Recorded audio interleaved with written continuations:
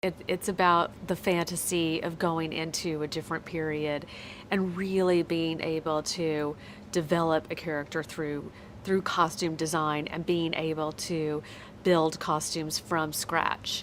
So when you read the first Deadwood script, did you have immediate ideas of how the character should look? I did.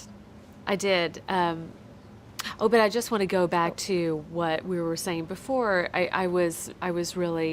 I was getting ready to leave the film business, and I was working on being a photographer. I was also designing an accessories line. I was also designing clothing for dogs because at that time, I had two little toy poodles, and I was always designing and making clothes for them at that time.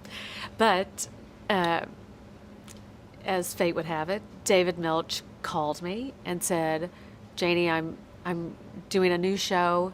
And, just the fact that he had called me, I was like, well, of course I'm going to design his new show, whatever it is. And he said, it's a Western, it's period, it's 1870s. And I literally was, just out of my mind, ecstatic. I didn't scream in the phone, but I really felt like screaming and jumping up, for joy, because I was just like, oh, I'm so happy that I'm really going to be able to do something and get back to what I'm truly passionate about and truly love. And so he sent me the script, and it was reading that pilot script. I was just like, this is like McCabe and Mrs. Miller. It had that total starkness, that just those cold elements about it, and McCabe and Mrs. Miller is actually a little bit later than Deadwood, but that was the film for me that really inspired me, and it really came into my mind when I first read Deadwood.